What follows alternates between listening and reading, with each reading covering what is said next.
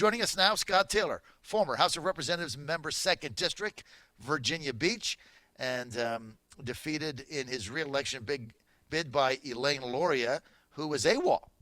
I've never met her. I don't know who she is. I've reached out to the campaign, I don't know, 50 times. I never get a return call, email, text. If she came here to my suite in Colonial Downs and put her hand out to shake my hand, I wouldn't know who she is. I've never met her. I don't have any idea who she is. And I never see her either. So she's kind of AWOL. I just heard from Abigail Spanberger. But Scott Taylor running for U.S. Senate to get the Republican nomination and take on Mark Warner in 2020. Scott, great to have you with us. John, it's great to be with you and your listeners. I'm a little jealous. I'd love to be there at Colonial Downs. It sounds fun. I know, it's so beautiful here. And, of course, I love doing my show. We have a suite, or radio show is a suite here. So to come on race day and the horses are working out and the sun comes up and it's a beautiful summer day, life is really, really, really good. This is one of the most beautiful tracks in America. I've been saying that forever. I'm so glad they're reopened. Scott, let's get to some of the issues, and let's start with Iran. What to do with the Iranians now? If you're in the U.S. Senate, you're going to be on the Foreign Relations Committee, no question about it. What response should we have there? They're seizing British ships now. What should our response be to the Iranians? Well, that's a very broad question. It depends on specifically what you're, some of the reasons why they've been lashing out, of course, is for domestic reasons. They have to shore up their domestic political base because the president's maximum pressure campaign has been hurting them. The sanctions there domestically, which is why you see them lashing out a little bit. But they've been, to be fair, they've been careful not to go too far that would provoke a response from us. Now, you had the Congresswoman on your show just a little while ago, and I was listening, and I think that she has a point when you say, okay, what's the strategy? The maximum pressure campaign is working. However, what's the goal there? what are we doing with it? Is it really to bring them back to the table for nuclear negotiations? Is it, what is it? I haven't heard it articulated yet, and my worry is, because I do believe what you said was right, I think the president's instincts are correct.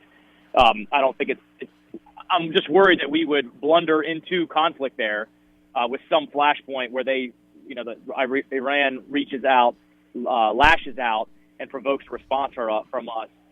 I do want to see us with a strategy. I do think one of the things that we can do, aside from simply nuclear negotiations, because to be clear, I didn't agree with the JCPOA. I don't agree with. I think they should not get nuclear weapons. But one of the things I would love to see, and I think would be a big win for the president, is to lead the international community in a security regime for the Straits of Hormuz. Third of the world's oil goes through there. All the region's foodstuffs and other things go through there. China has an interest, of course, because they're a net buyer of oil. So they have an interest in that being stable, the Straits of Hormuz, and that not spiking up oil prices. I think we could bring them together and create a security regime that takes away that threat that Iran always tries to, raise their heads up and say, we're going to stop the flow of oil or the flow of shipping in the Straits of Hormuz. I would like to see a strategy articulated out of the White House. You're on the John Fredericks Radio Network. We are with Scott Taylor. Scott, former Congressman, 2nd District, that's for the Southeast Virginia area, and Taylor now running for U.S. Senate. He's running for the Republican nomination to be able to run against Mark Warner, who will be the Democratic nominee in 2020. So we don't really have a strategy that's been articulated. I agree with you on that. And I know you're also very keen on getting a new AUMF. You've been a supporter of that for some time. In fact, you've been in Paul Ryan's office several times, and they basically lied to you. I mean, I'm just going to say it on the air. You were just lied to, bold-faced lies a number of times on that. But looking forward here, I want you to comment a little bit on the president's trade policies now with China, doubling down. Sure. Now he's tariffing everything. And basically what he said is the Chinese have lied to me. They're not serious negotiating. They're just waiting out my administration. And, of course, we have a $500 billion trade deficit with the Chinese. So the president's position is, I'm in a game that I can't lose, although it is hurting farmers in the Midwest because now they're not buying any of their soybeans. How do you stand on this? Well, what I'll say is this. This is the third president that has talked about China cheating with IP, messing with their currency, of course, manipulating the currency, cheating in trade practices. And there's no question that it has harmed the United States and other countries around the world. And they have an ambitious plan. They take the long view. Of course, as you said, they're definitely trying to wait the president out. They'll probably do things that will hurt him politically in his reelection bid so they can get somebody else in there that may be softer on them. But look, I support the president on this. We've been in economic conflict with China for a while now, and they have taken advantage. He's right. President Obama was right. President Bush was right talking about China. This president's just the first one that stood up to do something about it. And you know my background and where I come from and where we are. You know, our area has, we have part of that less than 1% of this nation that has gone back and forth fighting wars over the past couple of decades. And our families have sacrificed a lot. So this is not hot war. This is economic war. And with any type of conflict, whether it's economic or hot or cold, there are unintended consequences. There are some sacrifice. But the reality is, for the long term, I think the president is doing the right thing. I really do. It's about time somebody stood up to China. And look, it's not going to be linear. It's not going to all be positive.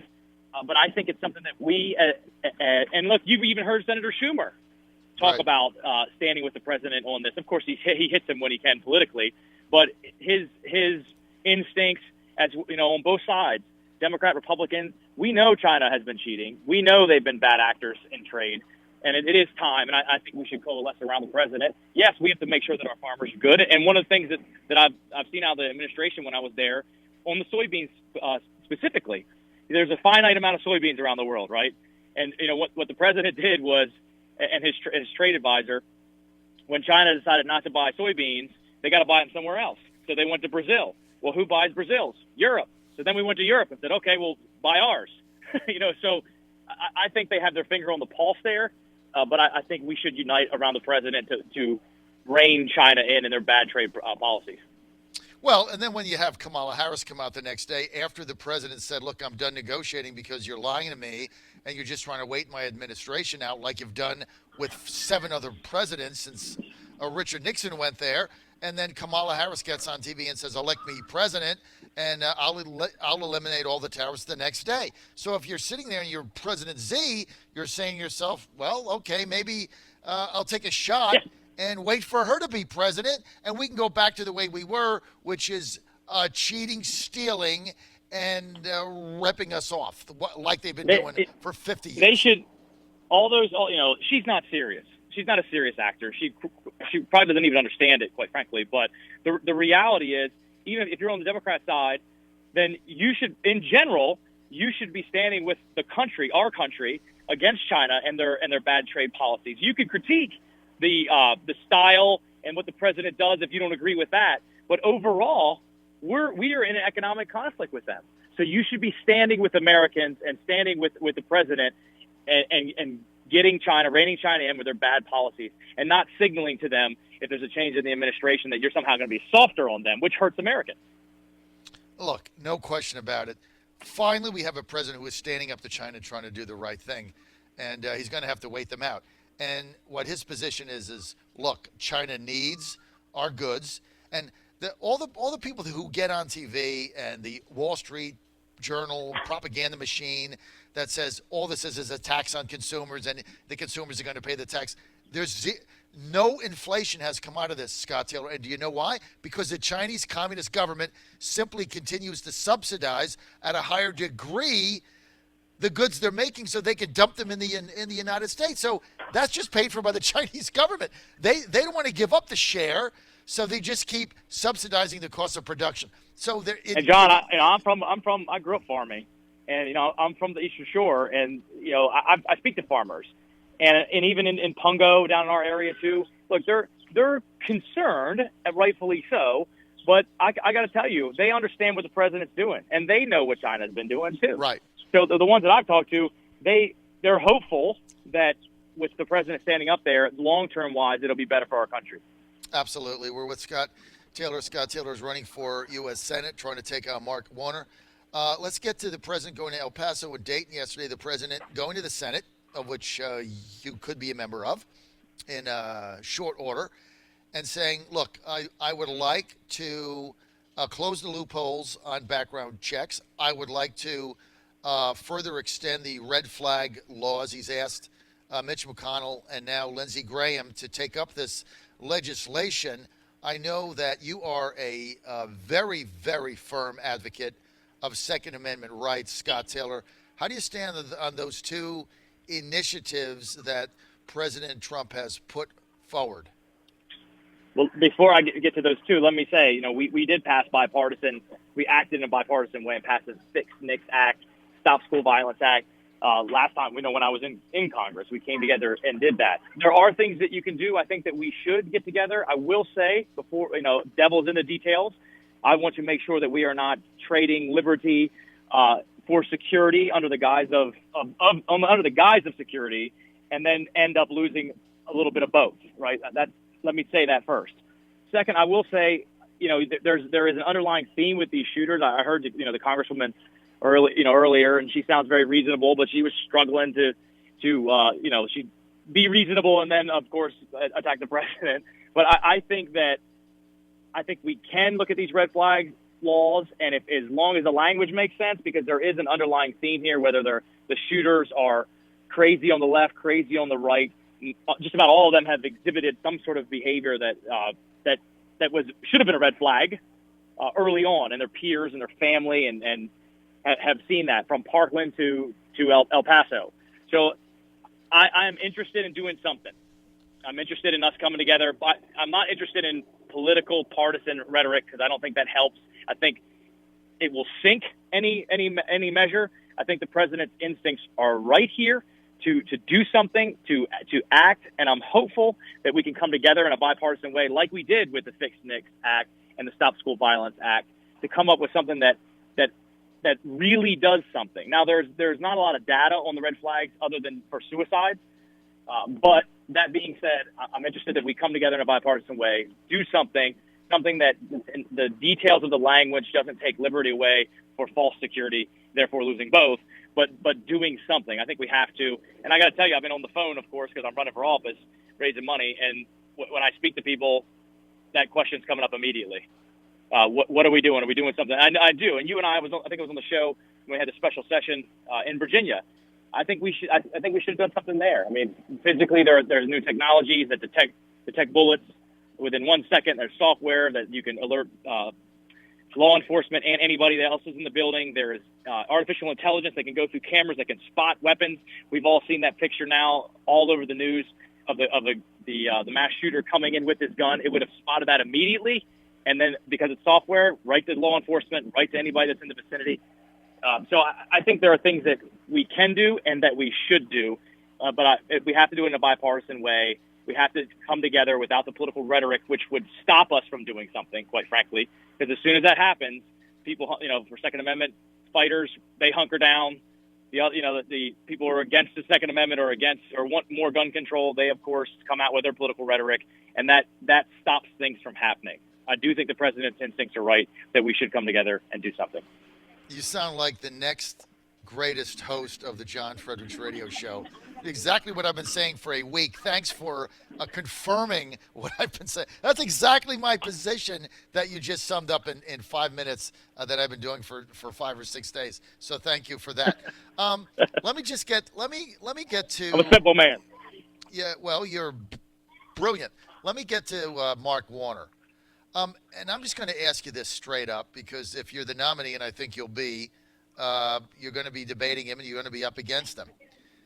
Does Mark Warner have to account for the continual rhetoric that he used on television as a ranking member of the Senate Intel Committee, that there was something that the president did on Russia collusion?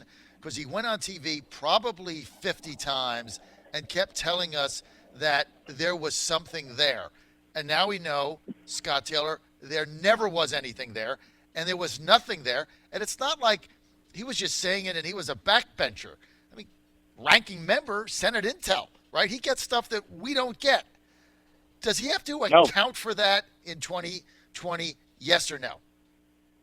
Absolutely. I damn sure I'm going to hold him accountable. He's a serious guy. And like you said, he's privy to information that we were not on the Intel Committee, intelligence. And anybody that's ever handled intelligence, your former congresswoman, the congresswoman who was on your show, Spanberger, anybody who has handled intelligence understands very well that you do not politicize intelligence. Lives are at stake. The relationships between nation states can be at stake, which can cause conflict, of course. You don't politicize intelligence. You got to look at it, extrapolate what the important stuff is out of there, and then act on it if necessary, or don't act on it. But the reality is, Mark Warner went on TV over and over again and told Virginians and Americans that there was collusion and conspiracy, which is a crime and traitorous, punishable by death in some instances. And because he is a serious guy, people believed him. The media believed him. The New York Times did a whole expose on him because they thought he was going to break open this case. And we know it was false. We know that it was false. We know that he politicized intelligence. I will hold him accountable. And as a combat veteran Navy SEAL, I have the credibility to do so, and he does not have the credibility to rebut it. And clearly he did it. He politicized intelligence. So you can bet that we will be holding him accountable, and that Virginians, as much as I can tell the story, they will know that what he did was absolutely wrong and he should be held accountable for it. Well, I tell you what, you're going to have an opportunity to do that. I think the president's reelection campaign is going to compete in Virginia. I think we're going to get a lot of resources, and they're going to try to put the state in play. And certainly if you're the nominee against Mark Warner, he only beat Ed Gillespie last time by 1%. I think this is going to be a very, very, very close race. Scott Taylor, I'm out of time. Thanks for being with us. People want more info on your Senate campaign, Scott. Where do they go? Please go to TaylorForSenate.com, TaylorForSenate.com. Text Taylor to 41411, 41411. Text Taylor there. Thanks so much, John. Always a pleasure. Good to be with everybody out there. Text Taylor 41411. I love it. Scott Taylor running for U.S. Senate. Full disclosure, we've already backed him. He's the guy. John Fredericks Radio Network.